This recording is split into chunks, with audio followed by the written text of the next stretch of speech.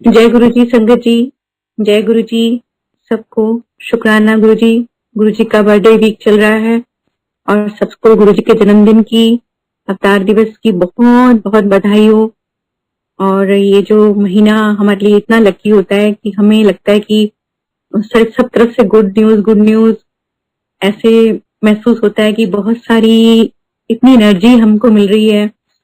और इतनी खुशी का ये माहौल होता है कि हम अपने सब जो आसपास का माहौल होता है, दुख भरा भी होता है, अगर सैड भी होता है तो बहुत अच्छा महसूस करते हैं।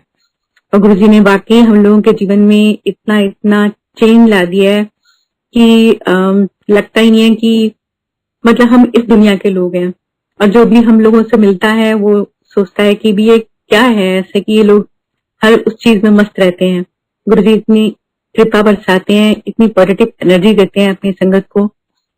और मैं आज का अपना सत्संग शुरू करूंगी तो पहले से शुरू करती हूँ जैसे मैं गुरु जी से मिली। बहुत बार सुना चुकी हूँ संगत जी, लेकिन मुझे लगता है कि वो ब्यूटीफुल मेमोरीज जो गुरु जी के साथ हमारी हुई हैं, वो जो पहली मुलाकात हम गुरु जी के साथ जब रूबरू होते हैं, उसको अगर हम डिस्क्राइब नहीं करते हैं तो लगता है जैसे कुछ अधूरा सा रह गया है। सत्संग तो पूरी जिंदगी में हर पल हो रहे हैं, हर क्षण होते हैं, हर दिन एक नया सत्संग होता है, गुरु जी की कृपा होती है। लेकिन जो पहली मुलाकात गुरु जी के साथ होती है वो शायद कोई भी संगत जो है वो नहीं भुला सकती है। ऐसा ही कुछ हमारे साथ भी हुआ कि हम गुड़गांव शिफ्ट हुए थे तो मेरी मुलाकात नूतन आंटी से हुई और वो हमेशा अपने गुरु जी के सत्संग सुनाती थी। लेकिन हम इग्नोर करते थे कि भी हमारे और गुरु हैं और हम बहुत सारे भगवानों की पहले ही पूजा करते हैं। और आसपास के लोगों ने और ऐसा एटमोस्फेयर कर रखा था और बहुत सारे बाबाओं ने और एस्ट्रोलॉजर्स ने हमें इतना लूट चुके थे हमें कि मैं अपने अंकल से प्रॉमिस ले चुकी थी कि आज के बाद हम किसी बाबा या पंडित के पास नहीं जाएंगे। लेकिन नूतन आंटी ने सत्संग सुना सुना के मेरे मन में एक ऐसा पैदा हो चुकी थी प्रेरणा कि मैं शायद एक बार गुरु जी को देखाऊं, गुरु जी से मिल लूं। लेकिन मैं अपने अंकल को कैसे मनाती, क्योंकि मैंने खुद ही उनसे प्रॉमिस लिया था कि हम आज के बाद किसी भी बाबा के पास नहीं जाएंगे। और गुरु जी की इमेज हमारे आंखों में हुई थी जैसे और बाबा होते हैं। तो मैंने अंकल को बोला कि मेरा बर्थडे है, मेरे को जैसे चाहूं वैसे मनाने देना। इन्होंने सोचा शायद ये मूवी देखने जाएगी या खाना खाने कहीं बाहर चलेंगे, ऐसा कुछ। तो कहने लगे ठीक है मना लेना अपना बर्थडे जैसे मनाना चाहो। फिर मैंने थोड़ी देर बाद इनको बोला कि हम शाम को नूतन के गुरुजी के पास चलेंगे और वहीं पे लंगर करेंगे। तो ये सुन तो चुके थे गुरुजी के बारे में, लेकिन ये एकदम से उन्होंने मेरे को ऐसे देखा और कहने लगे कि तूने खुद ही प्रॉमिस अपना तोड़ रही है।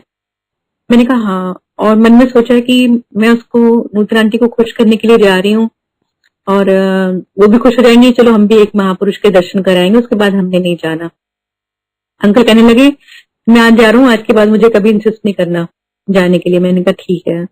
मैंने आंटी को फोन कर दिया कि भी हम चलेंगे शाम को। तो उन्होंने कहा कि गुरुजी की गद्दी पे बैठने से पहले हमें वहां पहुंचना है, तो मेरे पास कार नहीं है, मुझे लेते हुए चले जाना, मैं तुम्हें सत्संग सुनाती जाऊंगी। हमने कहा ठीक है।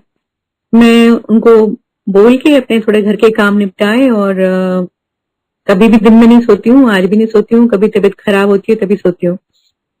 तो उस दिन पता नहीं क्या हुआ कि 4 बजे मैं लेटी कि शाम का जाना है वहां पर, पता नहीं कितने बजे वापस आएंगे, थोड़ा आराम कर लेती हूँ। और ऐसा सोच के मैं लेटी हूँ और मेरी आंख लग गई और मैं देखती हूँ एक सपना, और उसमें देखती हूँ कि मैं एक मंदिर में पहुंची हुई हूँ। एक हॉल है और उसमें गुरुजी गोल्डन सिंहासन पर बैठे हुए हैं बड़े सुंदर चोले में, और एक ओंकार और लाइट जो है वो ब्लिंक कर रहे हैं और ऊपर एक गोल्डन ईगल घूम रहा है आसमान में। तो जब वो आंटी मेरे कार में बैठती है, मैं उनसे पूछती हूँ कि हम जहाँ जा रहे हैं वहां पर ये सब है। वो कह लेंगे तुझे कैसे मालूम चला, मैंने तो तेरे को वहां के बारे में कुछ बताया ही नहीं, मैं तो सिर्फ सत्संग सुनाती हूँ।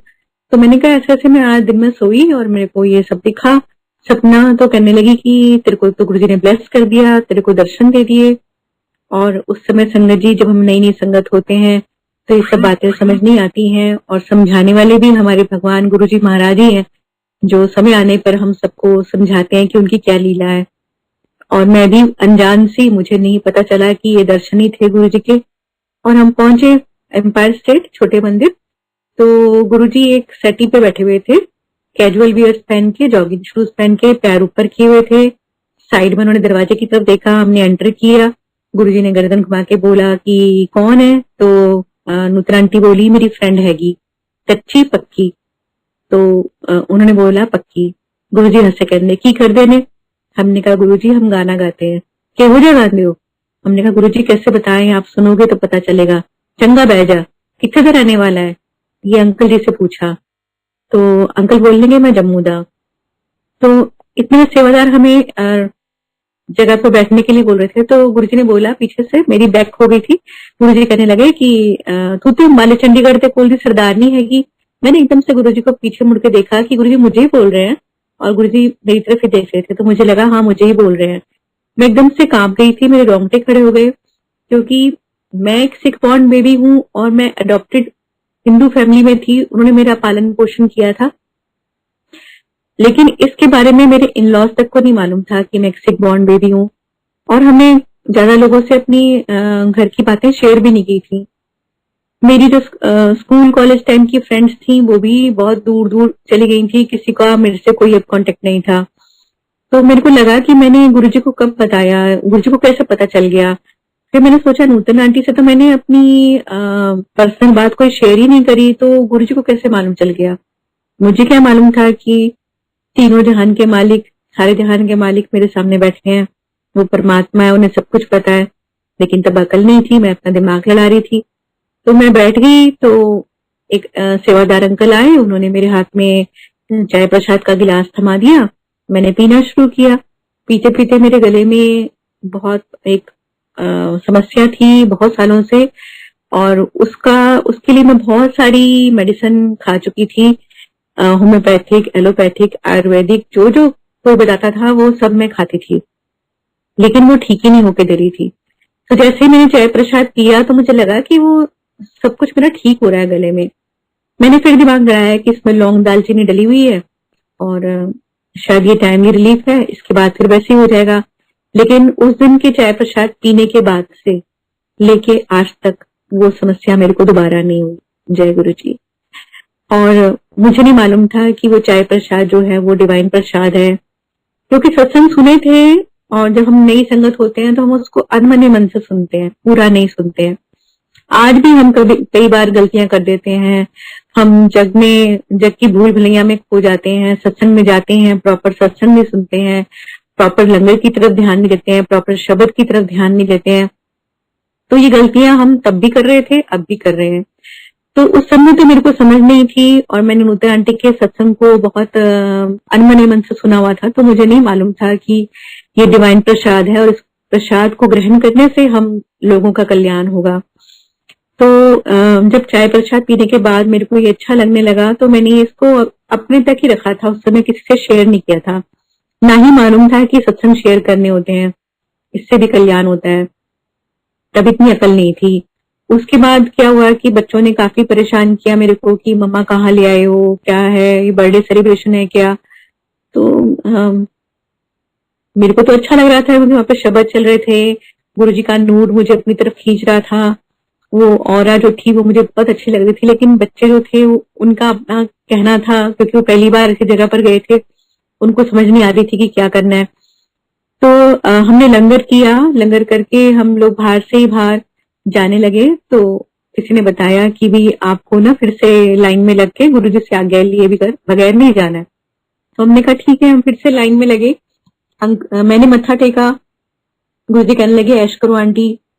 मैंने गुरुजी को बहुत ब्लैंकली देखा कि मेरी जो पोजीशन चल रही है, मेरा तो सब कुछ छिन चुका है, और मैं एकदम हाई प्रोफाइल लाइफ से एकदम लो पे आ चुकी हूँ, और नौकर चाकर भी चले गए हैं, सब कुछ बुरा बुरा हो रहा है, और गुरुजी कह रहे हैं ऐश करो आंटी।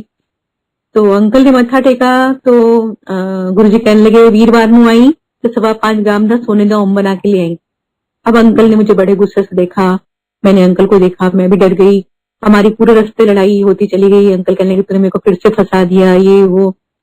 अब ये था कि जहां भी किसी भी बाबा के पास जाते थे तो वहां यही होता था कि भी ये ले आओ, वो ले आओ, ऐसा कर दो तुम्हारा नाम हो जाएगा, ऐसा कर दो, ये कर दो। तो हमें लगा कि हम फिर दोबारा से मतलब ऐसे ही किसी उसमें फंस गए हैं। तो घर जाते समय लड़ाई हुई हमारी। अंकल कहने लगे कभी इनके इतने अच्छे लंगर चल रहे हैं और बहुत सुंदर सुंदर चोले पहन के बैठे हुए हैं, सबसे ओम लेते होंगे। सॉरी गुरुजी, हमें बिल्कुल अकल नहीं थी उस समय और बहुत नादान थे हम, जो हमने आपको मतलब ऐसा सोचा। तो घर आ गए। घर आके नूतन आंटी का फोन आ गया सुबह। उस समय क्या होता था कि नई संगत को गुरुजी के पास बिठाते थे और पुरानी संगत उनको छोड़ के ऊपर कहीं उनको जगह मिल जाती थी, वहां चले जाते थे। कुछ बातें तो नूतन आंटी के सामने हुई थी गुरुजी से, कुछ बातें नूतन आंटी को नहीं पता चली कि हमारे साथ गुरुजी ने क्या बात करी।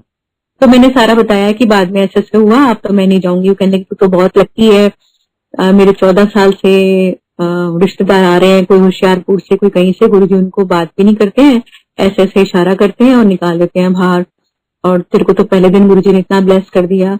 अब यकीन मानिए संगत जी कि मुझे तो कुछ अकल नहीं थी और मैं अंकल से भी डरी हुई थी। तो मैंने नूतन आंटी को बोला नहीं नहीं मैं तो नहीं जा पाऊंगी, अब मेरे बस की नहीं है, मेरे घर में पहले ही कलेश हो गया। वो कहने लगी नहीं नहीं, आपको जो गुरुजी ने बोला वो करना है। हमने घर में डिस्कस किया, सलाह करी और फिर ये सोचा कि पहले ही हमारी बहुत परेशानियां चल रही हैं, कहीं ऐसा ना हो कि भी कुछ और बुरा हो जाए, चलो ये भी करके देख लेते हैं। हमने लड़ते झगड़ते सोने कॉम बनाया, गुरुजी के पास पहुंचे थर्सडे को।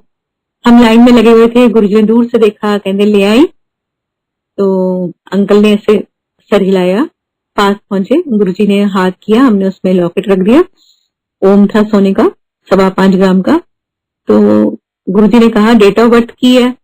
इनकी तरफ देखा था तो इनको ही बताना था, तो इन्होंने अपनी डेट ऑफ बर्थ बताई। बताने के बाद गुरुजी ने कहा कि काले धागे विच अनु मंडे नु काले धागे विच पाके अनु गले विच पा लें। तो इन्होंने बड़े रिलैक्स में मेरी तरफ देखा कि अरे तो मतलब ब्लेस करके गुरुजी ने वापस दे दिया। तो मैंने सोचा कि शायद सिंगिंग के लिए गुरुजी ने ये नजर वजर के लिए जैसे ताबीज देते हैं, ऐसा गुरुजी ने ब्लेस करके दे दिया इनको। और मैं एकदम से बोली गुरुजी मेरे वास्ते। तो गुरुजी कहते ਤੁਹਾਡਾ इको कनेक्शन हैगा। मैं समझ नहीं पाई पंजाबी में, गुरुजी ने इतनी जल्दी बोल दिया। तो आसपास की संगत में जो लोग बैठे थे उन्होंने बताया मुझे कि गुरुजी कह रहे हैं कि एक जना घर से आता है वो ब्लेस हो जाता है तो सारे ब्लेस हो जाते हैं। मैंने मन में बुबड़ किया, ये तो आना ही नहीं चाह रहे थे, चलो ओम इनको मिल गया, कोई नहीं। और मैं बैठ गई, शब्द चलने लगे, बहुत आनंद आया और मन को एक संतोष हुआ कि गुरुजी वैसे बाबा नहीं है जो जैसे और लोग होते हैं। तो गुरुजी ने ब्लेस करके हमें वापस दे दिया और हम इतना बुरा बुरा सोच रहे थे। फिर हम लोग आने लगे, दूसरी तीसरी चौथी बार हुआ तो गुरुजी कहने लगे बच्चों को नहीं लेके आना। आंटी फेल ले आई टब्बर। मैंने कहा गुरुजी टब्बर? तो फिर जोशी अंकल खड़े थे, उन्होंने कहा आंटी बच्चों को घर छोड़ के आना, आप दोनों को आना है। मेरे मन में चिंता लगी रहती थी बच्चों की, क्योंकि मैं प्रोग्राम्स में जाती थी तो वहां भी बच्चे नेग्लेक्ट होते थे, उनको घर छोड़ के आती थी। तब छोटा वाला बहुत छोटा था, 5 साल का, और बड़े वाले 10th 12th में उनके बोर्ड के पेपर चल रहे थे। तो माँ होने के नाते मेरे मन में उनके प्रति हमेशा चिंता ही रहती थी कि उन्होंने खाना खाया होगा कि नहीं खाया होगा, वो पढ़ाई कर रहे होंगे कि नहीं कर रहे होंगे, उनकी लड़ाई हो रही होगी, पता नहीं क्या हो रहा होगा घर में। ये गाते गाते तो मेरे को चिंता रहती थी। स्टेज पर जब गुरुजी के पास पहुंचती थी थोड़ी देर मेरे को शब्द चलते थे तो बहुत आनंद आता था, लेकिन फिर से वही समस्याएं चलती रहती थी। ये नहीं पता था कि जो जगत का पालनहारा है, जिसने हमें भी संभाला हुआ है, वो भी सबको संभालने वाला है। नादान थे, अकल नहीं थी। एक दिन गुरुजी कहने लगे कि चलो आज थोड़ा गाना सुन। तो अंकल कहने लगे गुरुजी मैं बाजे के साथ गाता हूँ, और मैं बाजा लाया नहीं। गुरुजी कहते बाजा किथे है? घर। घर किथे है? गुड़गांव। तो गुड़गांव केड़ा पाकिस्तान है? जा चक्के लिया बाजा, आंटी ने इथे छड़ जा। अंकल चले गए। गुरुजी ने मेरे को सिंहासन के राइट साइड बिठा लिया और मेरे मन में टेंशन थी, पता नहीं अंकल वापस आएंगे कि नहीं आएंगे, और बाजा लाएंगे तो डायरीज लाएंगे कि नहीं लाएंगे, और मेरे को तो भजन आते ही नहीं, या तो शब्द चलते हैं या भजन चलते हैं, तो मैं क्या गाऊंगी गुरुजी को, तो क्या सुनाऊंगी, ये टेंशन मेरे दिमाग में चलती रही। लेकिन तभी क्या हुआ कि 15-20 मिनट में अंकल वापस आ गए। वो भी अपने आप में एक सत्संग है कि गुरुजी की लीला। आरडी सिटी से एम्पायर स्टेट आने में हमें उन दिनों मेट्रो कंस्ट्रक्शन हो रही थी, और एक ही तरफ का रास्ता था और 1.5 घंटा हमें लगता था। जितनी भी गुड़गांव की संगत है उनको पता है कि भी उस समय कितना रश होता था और हम लोग बहुत दिक्कत से पहुंच पाते थे। तो अंकल कैसे 15 मिनट में आए भी, गए भी और बाजा भी लेकर आ गए, ये अपने आप में एक सत्संग है जिसको मैं आज तक समझ नहीं पाई हूँ। लेकिन गुरुजी, उनकी दुनिया में कुछ भी हो सकता है, हर चीज पॉसिबल है, ये समझ आ गई है। फिर काफी देर बाद गुरुजी ने इशारा किया बाजा निकालने के लिए, तो मैंने नोटिस किया कि काफी संगत चली गई है और कुछ संगत रह गई है। तब गुरुजी कह रहे हैं बाजा खोलो। तो अंकल ने एक गजल सुनाई और मैंने सर ढक के शब्द सुनाया गुरुजी को, प्रभ डोरी हाथ तुम्हारे। और उसके बाद मैंने गुरुजी को बोला, गुरुजी भजन सुनाऊं? डरते डरते पूछा था कि आता तो कुछ है नहीं, 1-2 भजन ही आते हैं, लेकिन गुरुजी ने अगर 2 के बाद तीसरा बोल दिया तो मैं क्या सुनाऊंगी। तो गुरुजी ने बोला, नहीं नहीं तो मैं शब्द भजन सुन सुन के बोर हो गया, तो मैंने लता का गाना सुना, कोई ओल्ड जा। आसानी तो हो गई संगत जी की मैं गाने गाती थी इवेंट्स में, लता जी के, आशा जी के, पंजाबी भी और सब गजलें वगैरह, लेकिन गुरुजी के सामने कौन सा गाना सुनाऊं, ये एकदम कंफ्यूज हो गई। हाथ पैर से पसीने छूटने शुरू हो गए, घबरा गई एकदम से। और मैंने डायरी देखनी शुरू करी। डायरी देखी तो उसमें मेरे को तुम ही मेरे मंदिर, तुम ही मेरी पूजा दिखाई दिया। मैंने अंकल से पूछा, ये सुना दूं? अंकल कहते हाँ हाँ बिल्कुल ठीक है। समझ कुछ आ नहीं रही थी, लेकिन जो होता जा रहा था वो हम करते चले जा रहे थे। सुनाया, गुरुजी को बहुत पसंद आया। अब हम सोचते हैं कि हमने सुनाया, लेकिन वो गुरुजी की मर्जी थी कि वो ही गाना हमारी आंखों के सामने आया और वही हमने गुरुजी को सुनाया। और वही एक संगत के थ्रू हमें मालूम चला कि गुरुजी का वो फेवरेट सॉन्ग था, गुरुजी कई बार सुनते थे। तो जो भी चीज होती है गुरुजी के साथ हमारी या सत्संग में, वो गुरुजी की लीला होती है। हम ये सोचें कि हमने किया है या हमने सुनाया या उसने किया, नहीं, सब गुरुजी की मर्जी से हो रहा है। आज भी सब कुछ गुरुजी की मर्जी से हो रहा है। तो गुरुजी बहुत खुश हुए, संगत भी खुश हुई, गुरुजी ने ब्लेस किया और हम घर चले गए। उसके बाद ये सिलसिला चलने लगा और गुरुजी हमें बुलाते रहे। काफी जब संगत चली आती थी तो तब हम लोग गुरुजी के सामने गाते थे। अब गाने सुन सुन के गुरुजी ने हमारा बहुत सारा कल्याण किया, जो उस समय हमें समझ नहीं आ रहा था। लंगर खिला के, गाने सुन के, और हम लोग छुपते थे गुरुजी से कि भी आज शायद हम जल्दी चले जाएंगे, बच्चे नेग्लेक्ट नहीं होंगे, लेकिन हम किसी भी कोने बैठे हैं गुरुजी की निगाहें हम तक पहुंच जाती थी। और संगत जी, मैंने कई बार ऐसा महसूस किया कि वहां पर जब हम बैठे होते हैं, हम शब्द सुन रहे होते हैं, तो उस समय गुरुजी के पास से जो एक ऊर्जा फ्लो करती है, रेज होती हैं, वो मल्टी कलर्स की रेज होती हैं, वो ऐसे घूमती है पूरी हॉल में, जहां जहां हम बैठे होते हैं, ध्यान मगन होते हैं। वो कई बार मैंने महसूस किया और तब मैं सोचती थी कि शायद ये मेरा खुद का एक्सपीरियंस है। लेकिन फिर मैंने बाद में कई सत्संग सुने तो उसमें मेरे को क्लियर हो गया कि हाँ, ऐसा होता है कि वो रेज गुरुजी के पास से सारी संगत को छूती हैं। इसलिए कई बार बोलते हैं ना कि सत्संग में जो है हमें मोबाइल और ये सब चीजें यूज नहीं करनी चाहिए, पूरा आंखें बंद करके उन शब्दों का मनन करना चाहिए और ध्यान देना चाहिए, चाहे हमें समझ आए चाहे ना आए।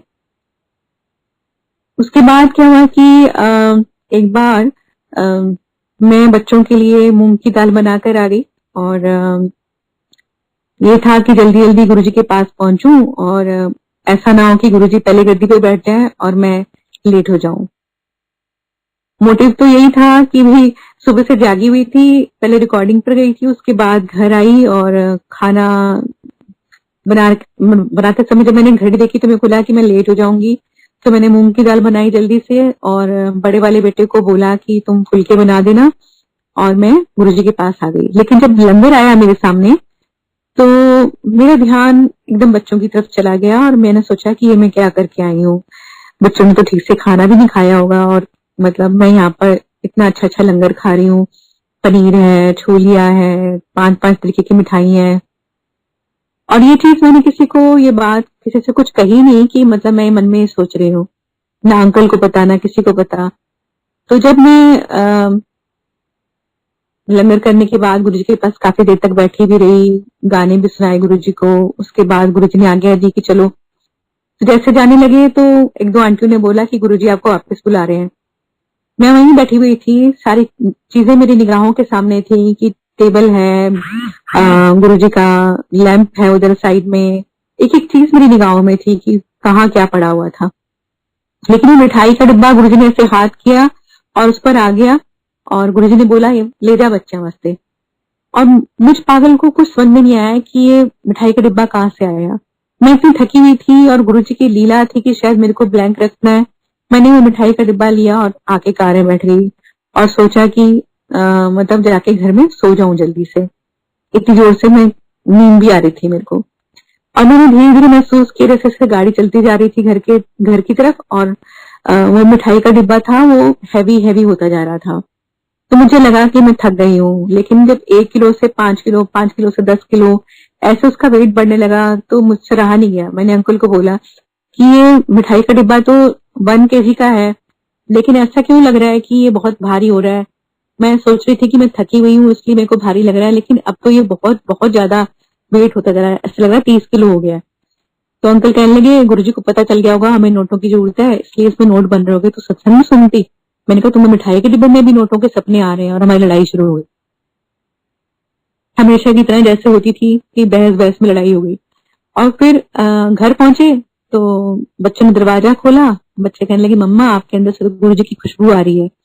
मैंने सोचा कि वो जो मिठाई का डिब्बा मैंने गुरुजी के हाथ से लिया है, तो गुरुजी ने उसको टच किया, और गुरुजी के हाथों से तो इतनी फ्रेग्रेंस आती है कि अगर हम उनके चरण छू लें या हाथ छू लें तो वो काफी काफी दिन तक फ्रेग्रेंस आती रहती थी। तो मुझे लगा ये मिठाई का डिब्बा गुरुजी के हाथ से आया और मेरी गोदी में पड़ा रहा है, तो इसलिए वो फ्रेग्रेंस मेरे अंदर से आ रही है। हमने जल्दी से उसको डिब्बे को खोला और देखा उसमें बेसन के लड्डू थे। वैसे लड्डू उससे पहले और उसके बाद हमने आज तक कभी नहीं खाए, और वो 1 डेढ़ महीने तक फ्रेश रहे। और ऐसा लग रहा था जैसे उसमें बरकत हो रही है, और वो काफी मतलब खत्म नहीं हुए 1 डेढ़ महीने तक। हमने भी खाए, बच्चों ने भी खाए। हमें नहीं पता था कि वो डिवाइन प्रसाद है या सचखंड का प्रसाद है, ना किसी ने हमें बताया। बाद में मुझे मालूम चला कि गुरुजी ऐसे सचखंड का प्रसाद जो था वो प्रोड्यूस करते थे, और कई संगत को मिला मिश्री प्रसाद और पता नहीं क्या क्या। लेकिन मुझे शायद नहीं आज्ञा थी कि मैं उसको बचा के रखूं, या जो भी गुरुजी की लीला थी, ना मैंने उसमें कोई अपना लॉजिक लगाया, ना मैंने अपना दिमाग लगाया कि ठीक है जो गुरुजी ने दिया वो ब्लेसिंग थी हमारी, और हमने उसको बहुत प्यार से खाया। और फिर हम गुरुजी के पास आने लगे। गुरुजी ने बहुत कृपा करी। एक दिन प्रसाद खा रहे थे हम लोग, प्रसाद के बाद वो कड़ा प्रसाद बना के ले आई एक आंटी, तो वो काफी सारा था और देसी घी भी डला हुआ था उसमें, गर्मा गर्म था। जितना 2 लोगों को मिल रहा 4 लोगों को मिल रहा था उतना हम दोनों को मिला था। तो अंकल ने धीरे से मेरे को बोला कि तू खा ले, मेरी शुगर बढ़ जाएगी, पहले भी लंगर इतना किया है, उसमें भी मीठा खाया है। गुरुजी बहुत दूर बैठे थे हमसे, हमारे पास वाले को भी नहीं पता था कि भी अंकल ने क्या बोला है मुझे। गुरुजी वहीं से बोलने लगे खा ले कंजरा, कल जाके चेक कर ली, तेरी शुगर नॉर्मल करती है। तो मैंने सोचा कि भी इसमें शायद कुछ मिलाते होंगे प्रसाद में, जो नेक्स्ट डे जाके चेक करते हैं तो नॉर्मल है। लेकिन आज भी मेरे अंकल प्रसाद को पूरा खाते हैं, चाहे मंदिर में मिले चाहे सत्संग मिले, और नेक्स्ट डे जब जाके चेक करते हैं तो शुगर बिल्कुल नॉर्मल होती है। लेकिन किसी पार्टी में या घर में ऐसे बदपरहेजी कर लें तो शुगर गड़बड़ हो जाती है। और गुरुजी ने ऐसे बहुत प्यार से अंकल की हेल्थ को संभाला हुआ है। फिर संगत जी गुरुजी ने एक दिन बोला कि भी बाजे लेकर आओ और नाल बाल कटा के लाओ। अंकल के बाल बहुत बड़े बड़े होते थे, वो इतने बड़े थे कि जैसे जाकिर हुसैन के बाल। और जो लोग हमारे पास से निकलते थे वो सब बात आज करके चले आते थे। तो मुझे लगता था कि अंकल की कोई पहचान नहीं है, सब लोग उनको जाकिर हुसैन समझते हैं, इनकी अपनी पहचान होनी चाहिए। तो वो हेयर स्टाइल मुझे पसंद नहीं था, लेकिन अंकल को बहुत पसंद था। जब गुरुजी ने बोला कि भी बाल छोटे करा के लाना और बाजा लेके आना नया, तो तब उस समय हमारे पास पैसे नहीं थे बिल्कुल भी।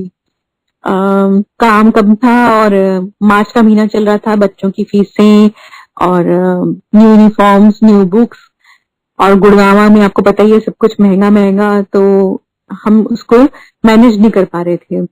तो अंकल कहने लगे गुरुजी के इतने सत्संग सुनते हैं, क्या गुरुजी को नहीं पता कि हमारे पास पैसे नहीं है और हम मतलब काम में नहीं है। तो मैं चुप रही, मैंने कुछ नहीं बोला। मैं दूसरी बार गई तो गुरुजी कहने लगे बाजा लिया है, हमने कहा नहीं। इससे पहले ही अंकल ने मेरे को हेयर स्टाइल के लिए बहुत डांटा कि भी तूने गुरुजी को बोला होगा, तेरे को मेरे बाल पसंद नहीं थे। मैंने कहा मैं आपके साथ जाती हूँ, आपके साथ आती हूँ, मैंने गुरुजी को कब बोलना है, ना मेरे पास कोई फोन नंबर है। हाँ मुझे पसंद नहीं है आपके बाल, लेकिन मैंने कभी गुरुजी को नहीं बोला कि भी ये हेयर कट करवा दो। वो गुरुजी की अपनी सोच है, वो क्या कराना चाहते हैं मुझे नहीं पता। और एक बार कटवा लो उसके बाद फिर बढ़ा लेना गुरुजी से पूछ के। तो ये बहुत गुस्सा हुए और कटवा के आए बाल, और आके शीशे में खड़े होके मुझे कहने के तेरे को चैन पड़ गया। मैंने कहा हाँ। और दूसरे होते ही हस्बैंड वाइफ का और हमारी खूब लड़ाई हुई। जब एम्पायर स्टेट पहुंचे और भारी संगत मिल गई, कहने लगे कि अंकल आप तो बहुत यंग लग रहे हो, 10 इयर्स बैक हो गए। अंकल को अच्छा लगा। उसके बाद अंदर गए तो गुरुजी ने देखा, गुरुजी कहने लगे फिर तेरा बंदा बनाता जेंटलमैन। इस तो पहले डंगर थी। सारे अंकल आंटी हंसे और अंकल खुश हुए कि गुरुजी खुश हो गए हैं और सबको पसंद आ गया मेरा न्यू हेयर स्टाइल। तो घर आके कहने लगे नहीं अब मैं ऐसे रखूंगा, बाल बढ़ाऊंगा नहीं। मैंने कहा ठीक है। तो फिर गुरुजी ने कहा कि नवा बाजा। हमने कहा गुरुजी हमारे पास काम नहीं आया अभी, वो आंदा रहेगा काम बथेरा, नवा बाजा लेकर आओ। 2 बार हो गया, तीसरी बार गुरुजी ने फिर मेरे को डांटा, एनो समझा दे। पंजाबी में बोले गुरुजी की मतलब गुरु जो 3 बार हुक्म करते हैं वो पूरा करना चाहिए। अब पोजीशन तो बड़ी खराब चल रही थी, लेकिन फिर मैंने नूतन आंटी को फोन किया कि नूतन आंटी क्या करें। आंटी कहने लगी कुछ भी करो, पता नहीं गुरुजी क्यों कह रहे हैं, आप समझ नहीं पा रहे हो, आप बाजा लेके जाओ। हमने ना बाजे वाले को फोन किया कि हमारा पुराना बाजा ले लो और उसकी किस्त बांध लेना, उसके बदले में हमें नया बाजा दे दो और फिर किस्तें बांध लेना। उसने बोला कि भी आपको आपका वो पुराना बाजा तो बहुत अच्छा है, वो किसी बच्चे के काम आएगा। तो हमने कहा कि लेकिन हमारे गुरुजी की आज्ञा हुई है, हमारे पास पैसे हैं नहीं और हमें नया बाजा चाहिए। कहने लगे जब गुरुजी की आज्ञा हुई है तो तुम्हारे गुरु मेरे गुरु, तो आप बाजा ले जाओ, 500 रुपए दे जाओ चाहे। तो इस तरीके से बाजा आ गया।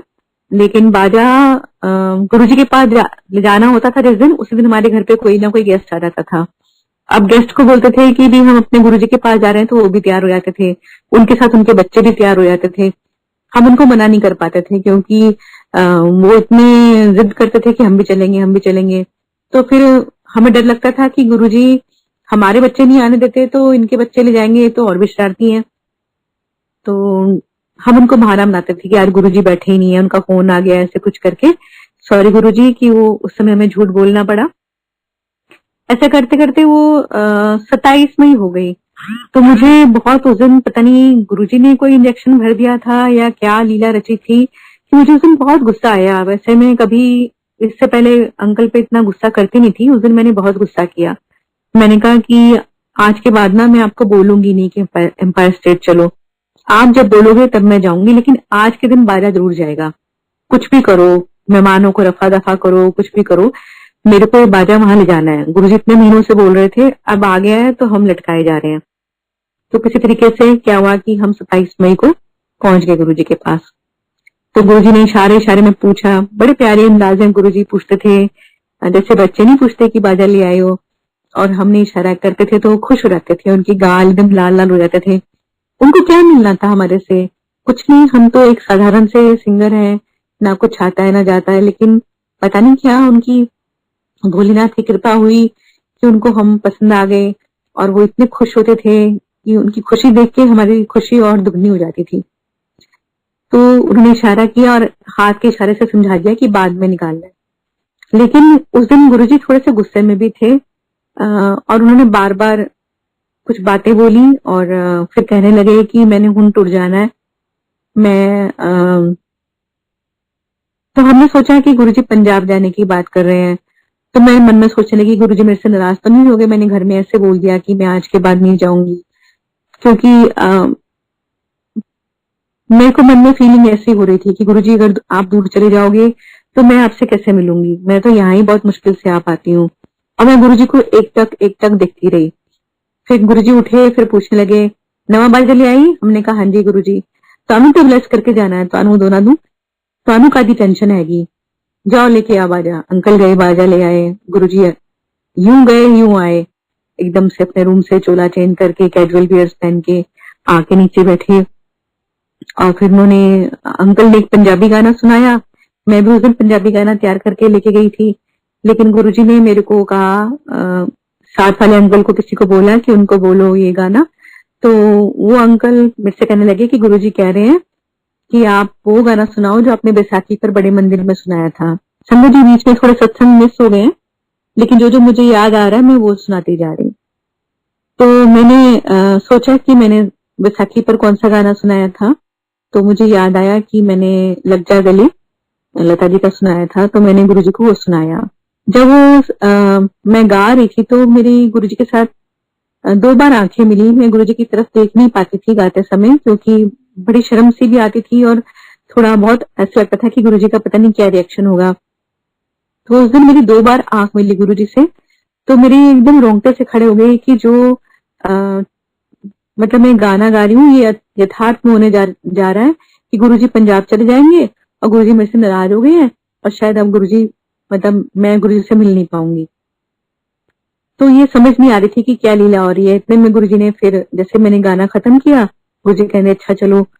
तो हमने कहा गुरुजी बाजा। गुरुजी कहते ये ब्राउन कलर में बनवाया है, व्हाइट नहीं था। हमने कहा नहीं गुरुजी इतनी जल्दी व्हाइट नहीं बनता है, कलकत्ता से बनकर आते हैं। गुरुजी कहते चंगा बाद विच व्हाइट करा लें। हमने कहा अच्छा। तो हमने गुरुजी बाजा ब्लेस। हाँ हाँ हो गया कल्याण। तो हम सोचे थे गुरुजी इस पर मंत्र करेंगे, कुछ जल वल छिड़केंगे। तो हमें क्या पता था कि गुरुजी की निगाह मात्र से, उनके कहने मात्र से हम ब्लेस हैं। ये तो एक लीला गुरुजी ने रचनी थी जो रची है। हम आगे घर अंकल उसे रियलाइज करने लगे कि ये जगह तो बहुत अच्छी है, चलो कोई बात नहीं, हमें देर से मिली है और देर से समझ आई है। अब मैं जो गुरुजी ने उस दिन बोला था कि यहाँ पर सबको सब कुछ मिलेगा, लेकिन उसके अपने कर्मों के हिसाब से। किसी को 1 साल लग सकता है, किसी को 2 साल, किसी को बहुत साल और किसी का 2 दिन में भी काम हो सकता है। तो अंकल को रियलाइज हुआ कि शायद मुझे कुछ सुधरने की जरूरत है। गुरुजी तो बहुत अच्छे हैं। और एक रास्ते में बोलते बोलते तो मैं मनी मन गुरुजी का थैंक यू कर रहे थे कि गुरुजी चलो इनको मतलब अपने अपने चरण से लगा लिया है। और मेरी हमेशा ये अरदास रहती थी गुरुजी से कि गुरुजी मेरे को आपके पास आने में बहुत अच्छा लगता है, लेकिन अगर यही नहीं आए तो मैं क्या करूंगी, इसलिए इनको जोड़ो और ये खुद आए। क्योंकि इनका बार बार ये नेगेटिव हो जाते थे। इनको लगता था कि भी कुछ हो तो रानी है, कुछ हो तो रानी है, क्या होगा, मेरे पास काम कम है। एक बार क्या हुआ था बीच में कि नवंबर से लेके फरवरी तक, पता नहीं दिसंबर से फरवरी तक अंकल ने सोचा कि मेरे को 2 लाख का बिजनेस होगा, इवेंट्स आएंगे तो मैं गुरुजी के पास जाऊंगा। तो इन्होंने जाना बंद कर दिया।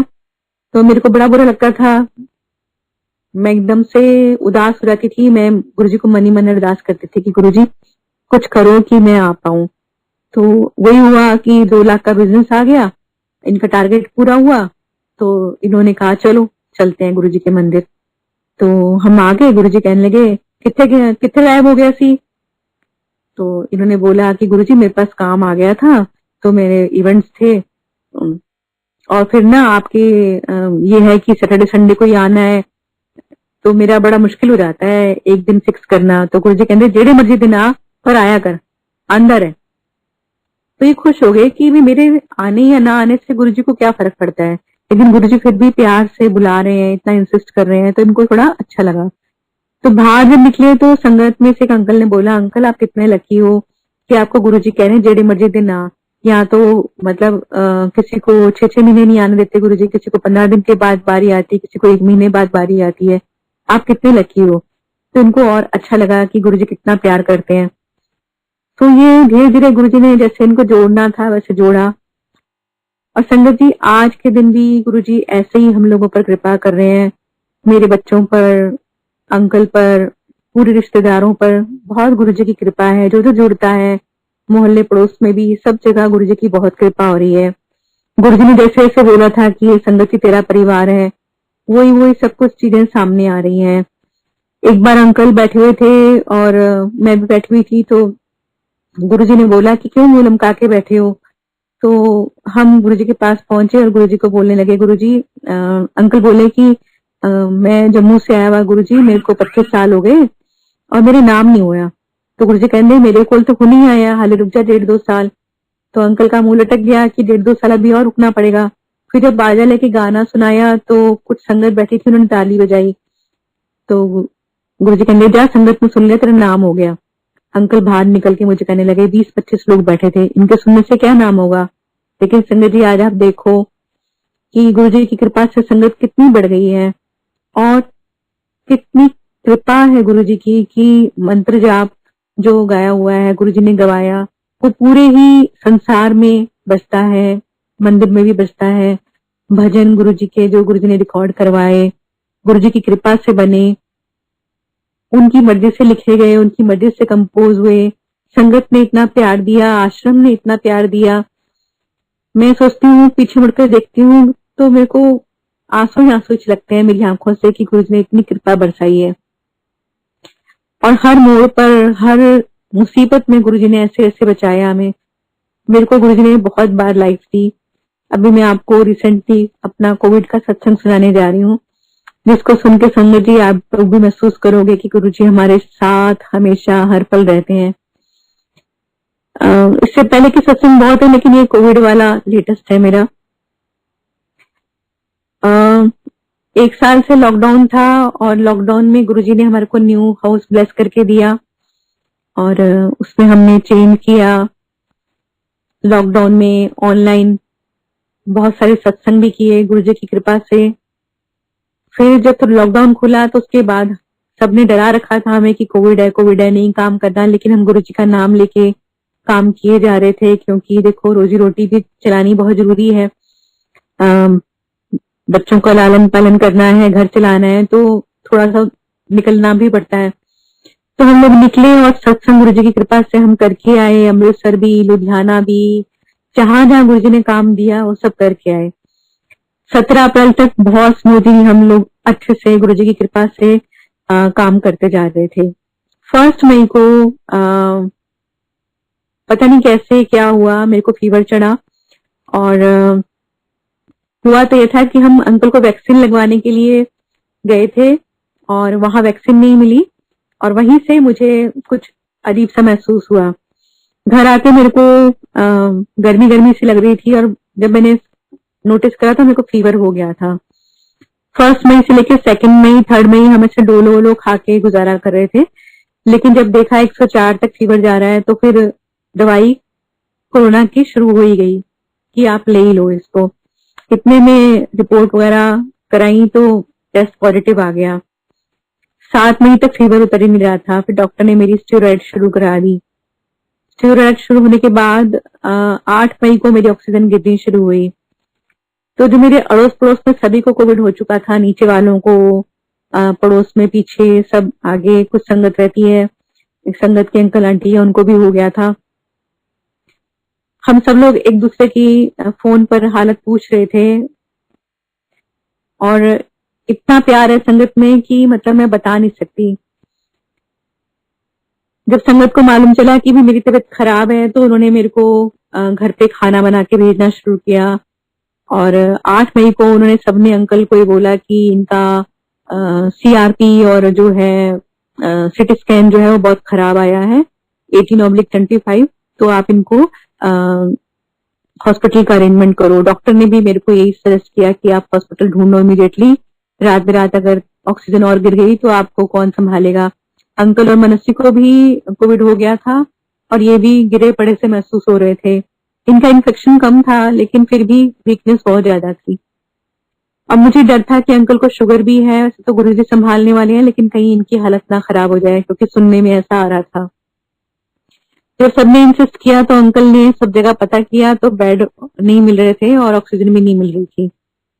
फिर जो पड़ोस में मेरे अंकल आंटी थे, वो कोविड केयर में भर्ती हुए थे, उन्होंने वहां से फोन करके बताया कि भी यहाँ पर एक बेड खाली है। तो पड़ोसियों ने मेरे को वहां भेजा कोविड केयर सेंटर में। एक संगत के अंकल और मेरे अंकल मुझे वहां छोड़कर आए, और मैं अंदर चली गई। मुझे संगत जी पता नहीं था कि मैं उसको एक हॉस्पिटल समझ के गई थी कि वहां जैसे मैं जाऊंगी तो मेरे को नर्स या व्हील चेयर पे कोई लेने आ जाएगा और एकदम से मेरे को बेड बेड सब मिल जाएगा, लेकिन सीन बिल्कुल उल्टा था। जब मैं वहां पहुंची थी, एक तो मेरे को होश नहीं थी कि मेरे को करना क्या है, मेरा सामान मुझे क्या ले जाना है। मैंने एक नाइट सूट, अपनी मेडिसिन और एक पानी की बोतल लेके मैं चली गई थी और मेरे पास कुछ नहीं था। और जब वहां पर मैं चली गई तो मेरे को महसूस हुआ कि जब सिटी स्कैन हुआ था तो उस समय मेरी चेन उतारी गई थी, तो उसमें गुरुजी का लॉकेट भी घर पर ही रह गया। अब मैंने गुरुजी को मिस किया, मैंने गुरुजी को बोला, गुरुजी मैंने ऐसे गले पे हाथ लगाया, मैंने कहा गुरुजी, एकदम से ऐसे मेरा थोड़ा सा मन बैठा, मैंने कहा गुरुजी। और फिर मन में सोचा गुरुजी नहीं, आप तो मेरे साथ ही हो, मेरे हृदय में हो। और फिर राधा स्वामी कोविड केयर साथ में ही तो मंदिर में आप बैठे हुए हो, मेरे पर पूरी दृष्टि रखे हुए हो, मैं क्यों घबराऊं। और मैं चली गई, अंदर गई तो मुझे समझ ही नहीं आ रहा था कि मुझे जाना कहाँ पर है, मेरा बेड कहाँ पर होगा। जब वहां अंदर एंटर किया तो वहां पर पेशेंट ही पेशेंट, पेशेंट ही पेशेंट, कोई किसी को देख नहीं रहा था, कोई किसी को पूछ नहीं रहा था। काफी 15-20 मिनट हो गए मुझे खड़े खड़े, तब किसी ने पूछा आप नए आए हो, मैंने कहा हाँ जी। तो उन्होंने बोला कि भी आपका कौन सा वार्ड है, मैंने कहा, मैंने अपनी स्लिप दिखाई तो उन्होंने मेरे को इशारा कर दिया, मैं उस तरफ चली गई। वो A5 वार्ड था। तो उसमें जाने के बाद मेरे को समझ नहीं आया था कि मुझे यहाँ पे अब किससे पूछना है, सब अपने में मस्त थे। एक बेड खाली था, मैं उस पर बैठ गई और मैंने अपनी पानी की बोतल से पानी पिया। तो इतने में मेरे पड़ोसी बेड पर जो थे उन्होंने मेरे से पूछा आप अभी एडमिट हुए हो, मैंने कहा हाँ जी। तो उन्होंने मुझे बताया कि भी यहाँ कोई नहीं पूछेगा, आपको सब कुछ अपने आप ही करना होगा। मैंने कहा अच्छा। तो इतने में किसी ने मेरे को एक बेड वो शीट लाके दी और ब्लैंकेट लाके दिया, मैंने खुद ही बिछाया और खुद ही उसके ऊपर लेट गई, क्योंकि मेरे को तो बहुत ही वीकनेस लग रही थी और मैं समझ नहीं पा रही थी कि मुझे करना क्या है। लेकिन जब उन्होंने बोला कि यहाँ पे कुछ केयर नहीं होगी, अपने आप ही सब कुछ करना है, तो मैंने फिर गुरुजी को याद किया। मैंने कहा गुरुजी ठीक है, अपने आप संभालना, भेजा है तो अपने आप ही देखना। इतने में चाय किसी ने पूछा कि चाय पियोगे, चाय मिल रही है। मेरे में जाने की हिम्मत तो नहीं थी, लेकिन उन्होंने ही ला दी मेरे को और मैंने पी ली। मैंने गुरुजी का मंत्र जाप मन ही मन शुरू कर दिया और मैंने चाय प्रसाद की तरह उसको ग्रहण किया।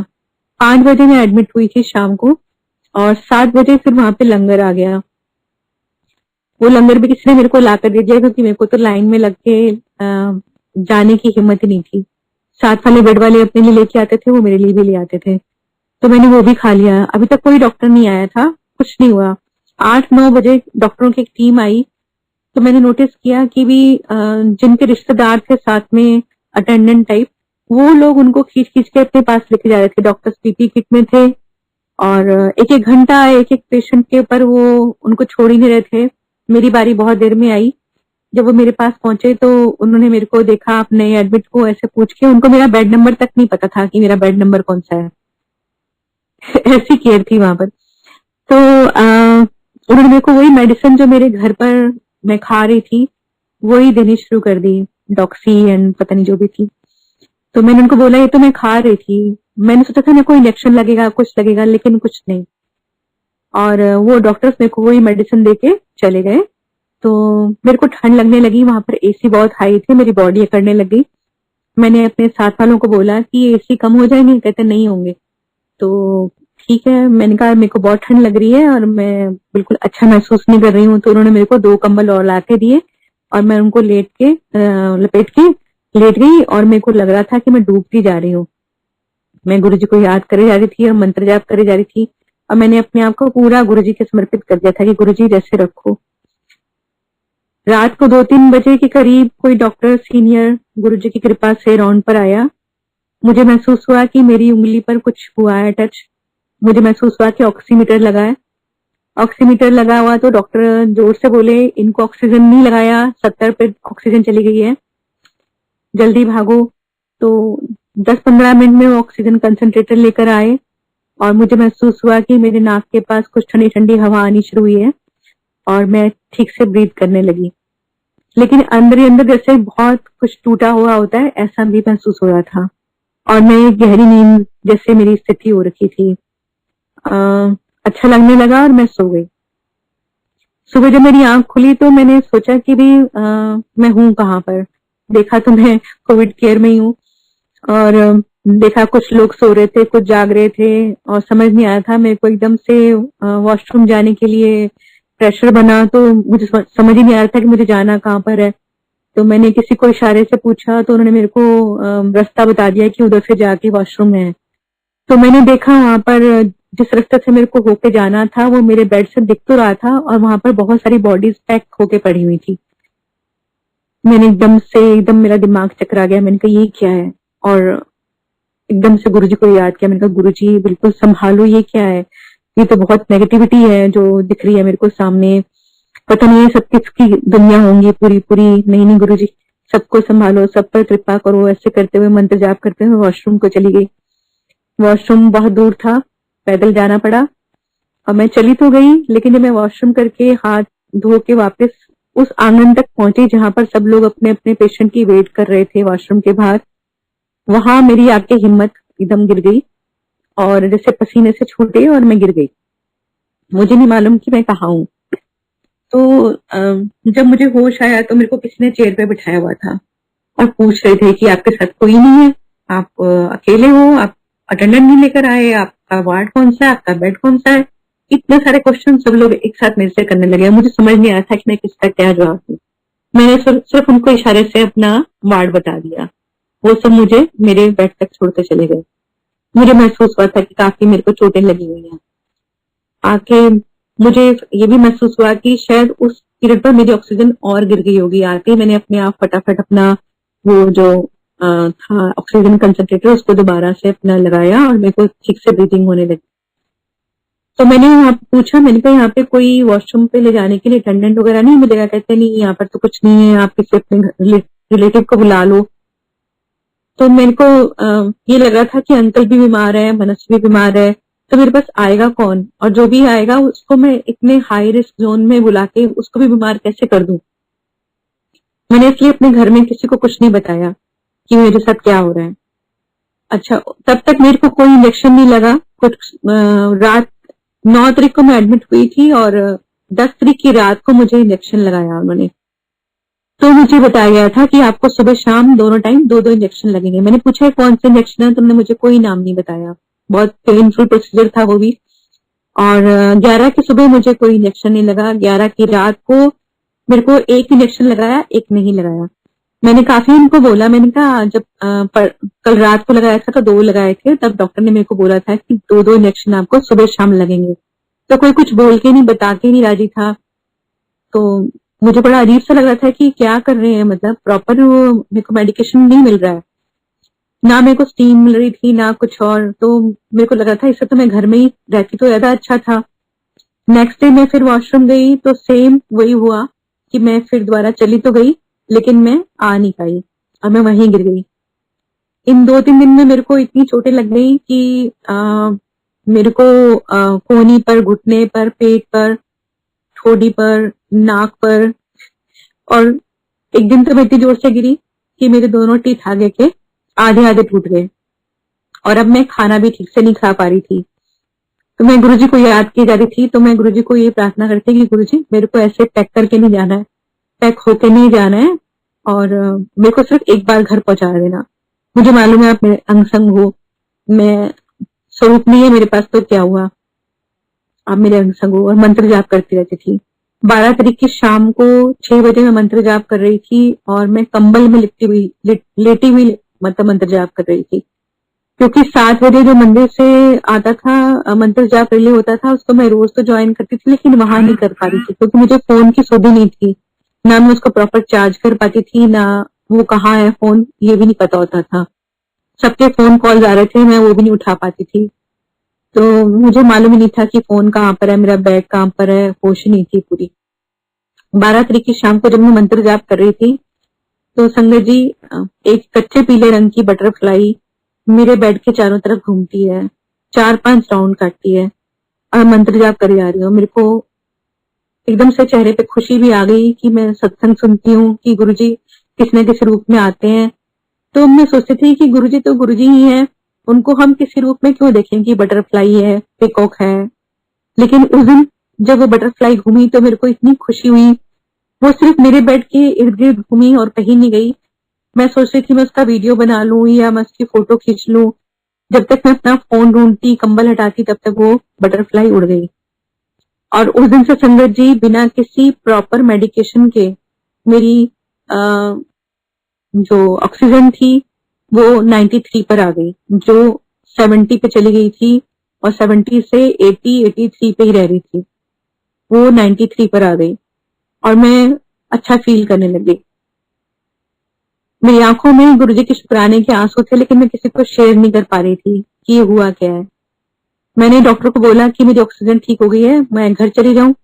तो कहने लगे ऐसे कैसे, कोई खेल है बच्चों का, हम 10 दिन से पहले मतलब छोड़ते नहीं है किसी को। मैंने नेक्स्ट डे फिर डॉक्टर को बोला कि भी मेरे को घर भेज दो, मैं घर जाना चाहती हूँ। तो उसने बोला कि नहीं अभी तो ऐसा है, आपको कोविड मैंने कहा कोविड मेरे को 1 मई से हुआ था, मैं 9 मई को यहाँ पर आई थी और मेरा ऑक्सीजन लेवल ठीक हो गया है। तो उसने बोला नहीं नहीं अभी नहीं, अच्छा चलो एक दिन और रुको। इतना जब उसने बोल दिया तो मैंने उससे कोई बहस नहीं करी कि भी कहीं ऐसा ना हो कि मुझे फिर 10 दिन के लिए रुकना पड़े। मन में सोचा था केयर तो यहाँ पे नहीं हो रही है, जो भी कुछ काम कर रहे हो मेरे गुरुजी कर रहे हैं। जब नेक्स्ट डे का बोल दिया तो मैंने घर फोन कर दिया कि मुझे कल शायद डिस्चार्ज मिल जाएगा और मैं घर आ जाऊंगी। मेरे आसपास के बेड वाले सारे हैरान थे कि आपको छुट्टी कैसे मिल रही है, इतनी जल्दी तो किसी को भी डिस्चार्ज नहीं करते हैं, सबको मतलब 10 दिन का ऑब्जर्वेशन तो रखते हैं। मैंने मन में यही सोचा कि गुरुजी की कृपा से ही सारा संभव हो रहा है कि मैं घर पहुंच जाऊंगी, लेकिन फिर भी यकीन नहीं हो रहा था जब तक घर पहुंच ना जाऊं। तो गुरुजी को बार बार यही बोल रहे थे कि सिर्फ घर पहुंचा दो मेरे को, एक घर मेरे परिवार के बीच में। तो नेक्स्ट डे गुरुजी की कृपा से 15 तारीख को मैं डिस्चार्ज होकर घर आ गई।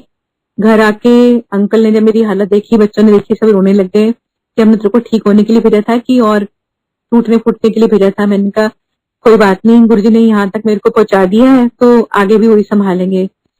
शाम को क्या हुआ कि नहाने धोने के बाद मेरी ऑक्सीजन लेवल फिर से गिर गया, 86 पर आ गया। अंकल मेरे को गुस्सा होने लगे, तू जबरदस्ती आ गई है, तू ठीक नहीं हुई थी, तू क्यों आई। मैंने कहा आपको नहीं पता वहां पर क्या क्या हो रहा था, मैं आ गई हूँ तो मैं बच जाऊंगी, गुरुजी ने अभी तक मेरे को यहाँ तक संभाल लिया, आगे भी संभाल लेंगे। अंकल डर गए थे, उन्होंने सब जगह फोन घुमा दिए कि ऑक्सीजन चाहिए ऑक्सीजन चाहिए, आंटी की तबीयत खराब हो रही है, सब डर गए फिर से। तो मैंने अपने डॉक्टर को फोन किया, उसको सारी सिचुएशन बताई कि भी ऐसे ऐसे ये इंजेक्शन लगा है, ये नहीं लगा और क्या लगाया कुछ पता नहीं। तो उन्होंने बोला आप जाके कल टेस्ट कराओ, सीआरपी लेवल चेक कराओ, तो उससे से सारा क्लियर हो जाएगा। जब सीआरपी लेवल चेक कराया तो सारा खराब था, तो उन्होंने मेरी 16 मई से फिर से स्टेरॉइड शुरू करा के 27 मई तक फिर दोबारा मेरे को दवाई पे रखा। और इस बार जब टेस्ट कराया तो सारी रिपोर्ट्स नॉर्मल आई गुरुजी की कृपा से। और हम सोचते हैं कि ये दवाई लग रही है या हम दवाई खा रहे हैं वो काम कर रहा है, लेकिन काम तो गुरुजी ने करना होता है, काम गुरुजी ही करते हैं और गुरुजी ही बचाते हैं।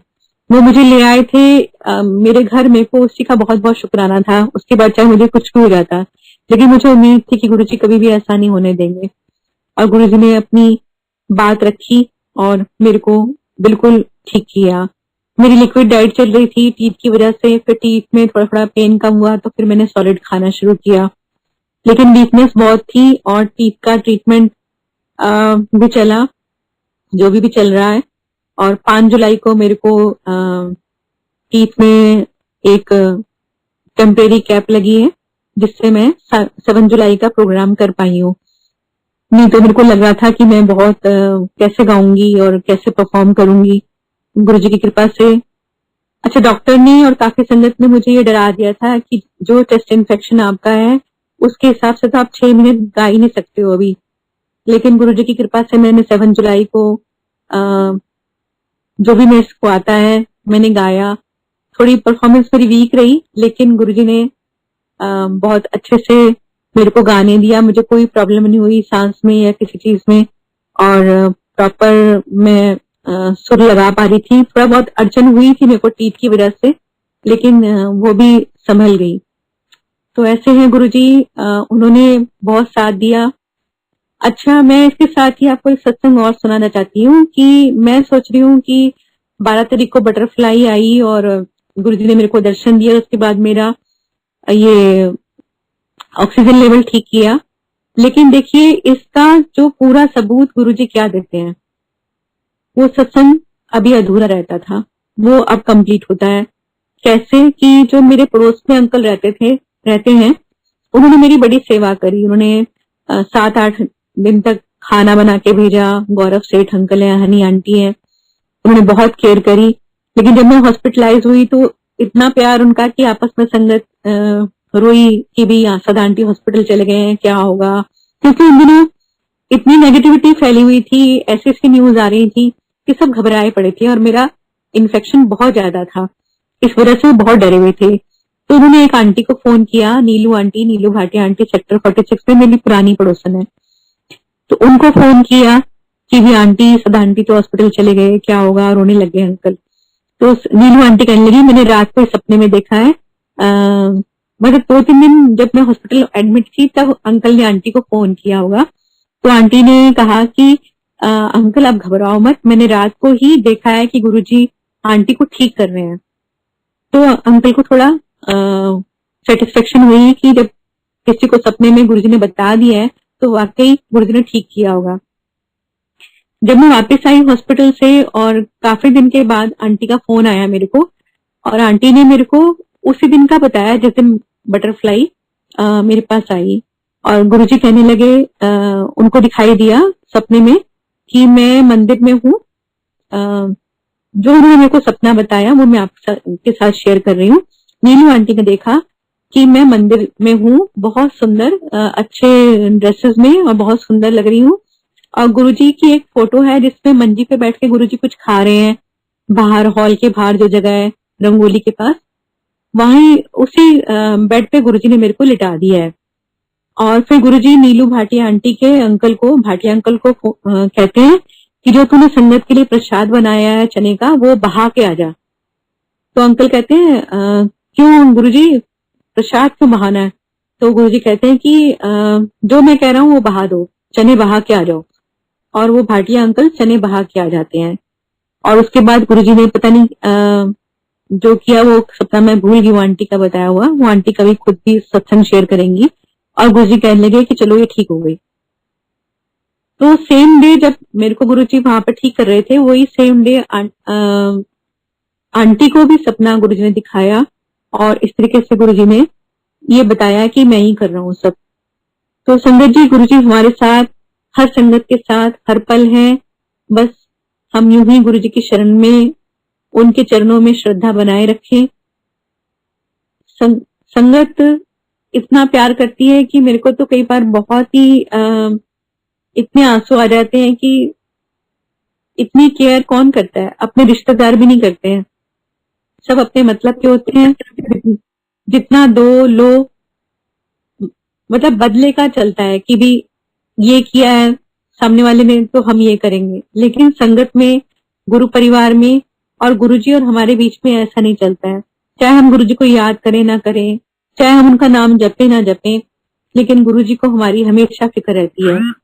बस सिर्फ मन से एक बार जो भी अरदास है या जो भी हम याद करते हैं, तो गुरुजी को दिल से जब भी याद करते हैं, गुरुजी साथ ही होते हैं। एक बार नहीं, गुरुजी ने मेरे को 2-3 बार न्यू लाइफ दी है, वो भी सत्संग में आपसे शेयर करूंगी। अभी ये जो कोविड का है, इसका सत्संग करना बहुत जरूरी था, क्योंकि ये मेरे मन पे एक वो था कि मैं जरूर शेयर करूं संगत से कि गुरुजी ने कितनी बड़ी विपदा से बचाया है। इधर घर पे भी अंकल को और मनस्वी को उनकी तबीयत खराब नहीं होने दी। मेरे मन में चिंता थी कि उन्हें कौन देखेगा, तो बड़ा बेटा, उसकी ड्यूटी आईपीएल में लगी हुई थी और उसको होटल वाले छोड़ नहीं रहे थे कि आईपीएल जब तक चलेगा तब तक वो होटल से बाहर भी नहीं जा सकता। उसका रोज कोरोना का टेस्ट होता था। वो बेचारा दुखी होता था वहां पर, मम्मा ये रोज मेरा टेस्ट करते हैं उन खिलाड़ियों के लिए ताकि उनको कुछ ना हो जाए। तो मैं कहती थी जो गुरुजी कर रहे हैं अच्छा है, बस शुक्राना करते चले जाओ। लेकिन जब मैं हॉस्पिटल जा रही थी तो मेरे मन में ये था कि इन दोनों को कौन देखेगा। तभी आईपीएल बंद हो गया और उसको छुट्टी मिल गई और वो घर पर आ गया। ये देखो गुरुजी की प्लानिंग। और उसने अपने पापा और भाई को संभाल लिया आकर। मन में चिंता थी कि गुरुजी कहीं उसको तो नहीं हो जाएगा, उसकी भी रक्षा करना। और गुरुजी ने उसको भी कुछ नहीं होने दिया, वो प्रॉपर सबको देख पाया। और जब मैं हॉस्पिटल से आ गई उसने मेरे को भी देखा। तो ये गुरुजी की लीला है, उनकी प्लानिंग है। कई बार हम घबरा जाते हैं, लेकिन गुरुजी बोलते हैं कि चिंता मत करो, मैं हूं हमेशा और हमेशा ही रहूंगा। चाहे कोई आपका साथ दे ना दे, लेकिन गुरुजी जब भी, मैंने तो अपनी जिंदगी में देखा है कि जब भी मैं अकेली पड़ जाती हूँ, हर बार जैसे कभी कोई दुख होता है, तो गुरुजी के अलावा कोई नहीं होता हमारे पास, गुरुजी ही होते हैं। कोई काम नहीं आता, सिर्फ गुरुजी बिना, और सिर्फ संगत काम आती है। तो क्यों ना हम गुरुजी का ही सिमरन करें, क्यों ना हम उनकी राह पे चलें, क्यों ना वही सब चीजें ओबे करें जो गुरुजी बोलते हैं, हमें दिन रात समझाते हैं अपने शब्दों के माध्यम से, भजन के माध्यम से। फिर भी हम गलतियां करते हैं, फिर भी हम सब वही करते हैं जो गुरुजी नहीं पसंद करते। मेरा संगत से ये अनुरोध है कि वो सब करें जो गुरुजी चाहते हैं। सबसे पहले तो मैं ये अनुरोध करूंगी कि स्वरूप जो है उनको एडिट करना, उनके ऊपर लिखना, वो बहुत बुरी चीज है, उसको करना बंद करें। जब तक मेरे में ज्ञान नहीं था, मैं भी इन सब चीजों को शेयर करती थी। मैं फेसबुक पे भी गुरुजी की फोटो अपलोड करती थी, सत्संग शेयर करती थी। फिर जैसे जैसे समझ आई और गुरुजी समझ देते गए, ऐसे लोगों का साथ देते गए और समझ आती गई। इसलिए बार बार मैं भी आपसे अनुरोध करती हूँ कि स्वरूप को एडिट नहीं करें, उस पर कुछ मत लिखें, क्योंकि स्वरूप जो है गुरुजी के साक्षात दर्शन है। सपने में भी गुरुजी के साक्षात दर्शन है। आपके ऊपर जो गुरुजी कृपा कर रहे हैं, अमृत वर्षा दे रहे हैं किसी स्वरूप में, उसका भी शोर ना मचाएं। आप देखेंगे कि मतलब ये आपकी पर्सनल ब्लेसिंग है। मैं शेयर करूंगी कि मेरे घर में भी गुरुजी अमृत वर्षा करते हैं, लेकिन हम कभी शोर नहीं मचाते कि भी हमारे घर में अमृत वर्षा हो रही है, आओ दर्शन करो।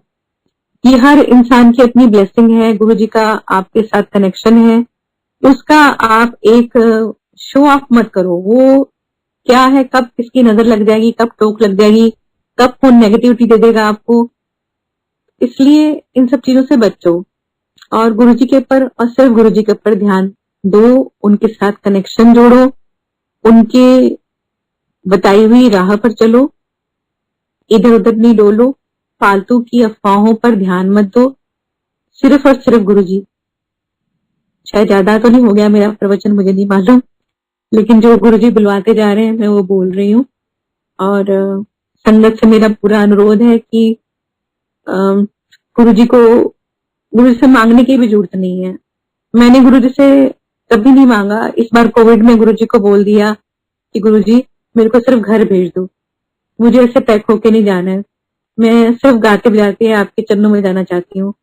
और यही हमेशा गुरुजी से अरदास करती हूँ। पहले भी जब गुरुजी फिजिकल फॉर्म में थे, तब भी मैं गुरुजी को ये बोलती थी कि गुरुजी मेरे को आपके पास आना अच्छा लगता है, मैं आपके पास आना चाहती हूँ, आपके दरबार में बैठना चाहती हूँ, मेरे अंकल को जोड़ो, मुझे आपसे और कुछ नहीं चाहिए। और गुरुजी मेरी झोलियां भरते चले गए, क्या क्या देते चले गए, मुझे कुछ समझ में नहीं आया।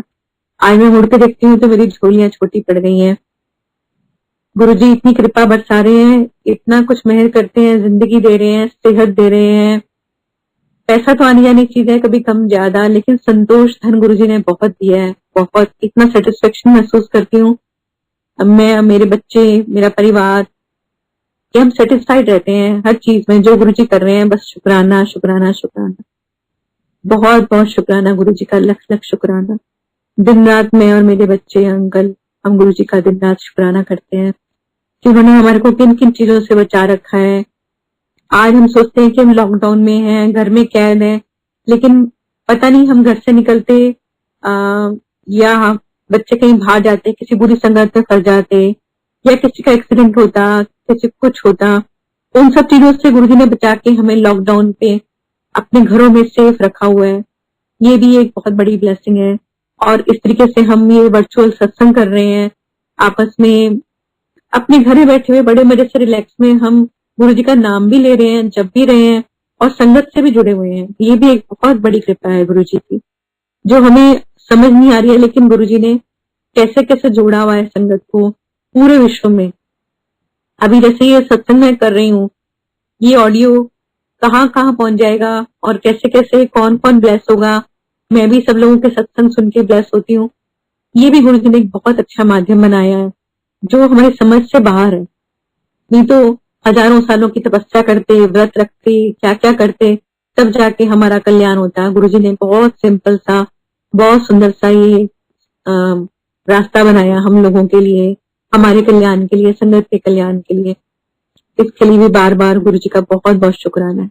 अंकल मुझे कंटिन्यू करने की हो गया टाइम। आंटी, आप अगर कुछ और भी सत्संग शेयर करना चाहते हैं आप प्लीज कर सकते हैं। नहीं, अगर कोई और भी क्यू में है तो फिर मैं बाकी का बाद सत्संग में आप ही करूंगी। का आंटी, आपके बाद बस महाराज से इजाजत लेंगे। तो अगर आप कुछ और सत्संग शेयर करना चाहते हैं तो प्लीज शेयर कीजिए। ठीक है अंकल। Thank you. मैं एक सत्संग शेयर करूंगी कि जो भी गुरुजी के बर्थडे पर ही हुआ है। मैं वाटिका में शिफ्ट हुई थी पहले, वहां पे हमने नया घर लिया था। फिर वहां पे हमारा टाइम और सब कुछ अच्छा नहीं चला, तो हमने उसको सेल आउट करके सेक्टर 46 में रेंट पर आ गए थे। फिर रेंट से हम लोग यहाँ सेक्टर 57 में आ गए, अपना घर लिया।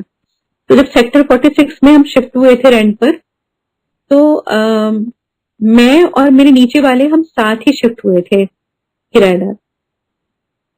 तो हमारे घर में 1 अप्रैल को सत्संग हुआ। मैंने उनको भी बोला कि आप भी आ जाना, तो वो बड़े अनमने मन से गुरुजी के सत्संग में आए। तो होता ही है जैसे कि भी नई संगत है, उनको हम फोर्स तो कर नहीं सकते हैं। उसके बाद दोबारा सत्संग हुआ हमारे घर में, तो मैं उनको इनवाइट करने के लिए गई और मैंने उनको सिर्फ ये कहना था कि नीचे कार पार्किंग से हटा लेना, यहाँ पे हम जोड़ा घर बनाएंगे। मैं सिर्फ इतना कहने गई थी कि उन्होंने मेरी बहुत इंसल्ट करी कि भी हम किसी गुरु को नहीं मानते हैं, आप आइंदा कभी हमारे पास इनविटेशन लेके मत आना। मैंने कहा मैं तो सिर्फ आपसे हेल्प नहीं कर सकते हम किसी की कुछ भी। मैंने कहा सिर्फ अच्छा कार पार्किंग से हटा देना, हमें वहां पे जोड़े घर बनाना। ठीक है, ऐसे करके उन्होंने दरवाजा जोर से मारा और चली गई अंदर, वो जो आंटी नीचे थी। हमारे घर सत्संग हुआ और काफी गुरुजी ने कृपा बरसाई। उस दिन नारंग अंकल ने हमारे घर में सत्संग किया, अपने हार्ट से रिलेटेड सत्संग। और एक अंकल आए हुए थे, उनको हार्ट की प्रॉब्लम थी और उन्होंने समोसा प्रसाद लंगर प्रसाद सब किया, जबकि डॉक्टर ने उन्होंने उनको मना किया हुआ था कि भी मत खाना, आपका पता नहीं बाईपास है जो भी था होना था। तो वो प्रसाद खा के नेक्स्ट डे गए अपने डॉक्टर के पास, तो उनके सारे टेस्ट नॉर्मल आए और वो सारा सब कुछ ठीक हो गया। ये गुरुजी ने इतनी कृपा बरसाई उस दिन। और वो जो अंकल नीचे रहते थे हमारे, जिन्होंने सत्संग में अटेंड किया, उनको हार्ट अटैक हुआ और उनकी डेथ हो गई। तो मैं मन में सोचती थी गुरुजी अगर वो आ जाते उस दिन और सत्संग अटेंड कर लेते तो शायद उन अंकल के साथ उनका भी उद्धार हो जाता और वो बच जाते। फिर मैंने कहा कोई बात नहीं गुरुजी, जैसी आपकी मर्जी। इस बात को काफी साल हो गए, 2017 में वो सत्संग हुआ था हमारे घर में, 17 या 18 की बात है। और इस 7 जुलाई 2021 को एक फोन आता है मेरे पास और वो आंटी मेरे को फोन करके बोलती है, मैं सारिका बोल रही हूँ फरीदाबाद से, और मैं आपकी पुरानी पड़ोसन हूँ। मैं आपके यहाँ नीचे रहती थी, मैं भूल गई उनका नाम, मुझे कुछ याद नहीं रहा। तो फिर उन्होंने बोला कि भी हमारे घर कल सत्संग हुआ गुरुजी का। तो मैंने कहा आंटी मैं आपको पहचान नहीं पाई हूँ, आप कौन बोल रहे हो? तो उन्होंने सारा समझाया है कि हम सेक्टर 46 में आपका नीचे रहते थे, मेरे हस्बैंड की डेथ हो गई। तो मैंने कहा फिर आपके यहाँ गुरुजी का सत्संग हुआ? कहने लगी हाँ। तो मैंने कहा आप तो कहने लगी नहीं, अब हम गुरुजी के पास मानने लग गए हैं, हम गुरुजी के जाने लगे हैं और गुरुजी का मैंने कल बर्थडे मनाया, सत्संग किया। मैंने कहा बड़ी अच्छी बात है। तो कहने लगी कि कल पता नहीं क्या हुआ कि हमने गेंदे के फूल चढ़ाए थे सारे, लेकिन जब मैंने गुरुजी का चोला उठाया है तो उसमें सफेद पेटल्स कहाँ से आ गई, तो अब मैं उसका क्या करूं? तो मैंने कहा ये सब गुरुजी की लीला है, ये तो आप गुरुजी से पूछो कि उन्होंने क्या किया है और आप उसको संभाल के रख लो, आपकी ब्लेसिंग्स है। लेकिन मेरे लिए बहुत बड़ा सत्संग था। वो आंटी पता नहीं कितना जुड़े हैं गुरुजी से, ये तो गुरुजी जाने और उनका उनका कनेक्शन जाने। लेकिन मेरे लिए ये बहुत बड़ा सत्संग था क्योंकि 3-4 दिन पहले ही मैं उनको याद कर रही थी और वो सत्संग याद कर रही थी कि उसमें कैसे नारंग अंकल ने सत्संग किया था, उससे उन अंकल का कल्याण हुआ था जो आए थे हमारे घर पर। और अगर वो भी आ जाते नीचे वाले अंकल तो शायद वो बच जाते। ये चीज मेरे दिमाग में 3-4 दिन पहले आ रही थी और 7 जुलाई को उन आंटी का फोन आ गया कि वो गुरुजी से जुड़ चुकी हैं और गुरुजी की उनके घर में ये लीला हो रही है कि गेंदे के पेटल से व्हाइट पेटल बन गए हैं। तो जय गुरुजी है, क्योंकि गुरुजी ने किसको कब कैसे जोड़ना है ये उनकी लीला है। हम आप तो सिर्फ माध्यम बनते हैं। गुरुजी की अपनी टाइमिंग्स है, उनका अपना प्रोसीजर है कि वो किसको किस तरीके से जोड़ते हैं। तो आंटी अपने मुझसे अपने शेयर करने लगी कि भी मत मेरे साथ ये हुआ ये हुआ। तो मैं समझ गई कि गुरुजी ने उनको काफी तोड़ के अपने पास बुलाया है। क्योंकि हम लोग क्या है कि हम लोग जल्दी सरेंडर नहीं कर पाते हैं। जब दुखी होते हैं तभी हम परमात्मा के आगे, कई लोग बड़ी खुशी खुशी आ जाते हैं, कई लोग बहुत दुखी होकर आते हैं। तो ये गुरु जी की अपनी लीला है, उन्होंने कब किसको कैसे जोड़ना है। और यहीं पर मैं अपने शब्दों को विराम देती हूँ और गुरु जी से ये प्रार्थना करती हूँ कि सब पर बहुत बहुत कृपा बरसाएं, सबको श्रद्धा सबूरी दें, संतोष धन दें और सबको इस महामारी से बचाएं जिसने बहुत दुखी कर रखा है पूरे संसार को। गुरु जी से यही बार बार अरदास है कि इसको खत्म करें और जल्दी से हम लोगों को मंदिर में दर्शन का सौभाग्य मिले और हम सब चल चल के गुरु जी के मंदिर में लाइनें बना बना के गुरु जी के दर्शन करने के लिए आए। जय गुरु जी। शुक्राना गुरु जी।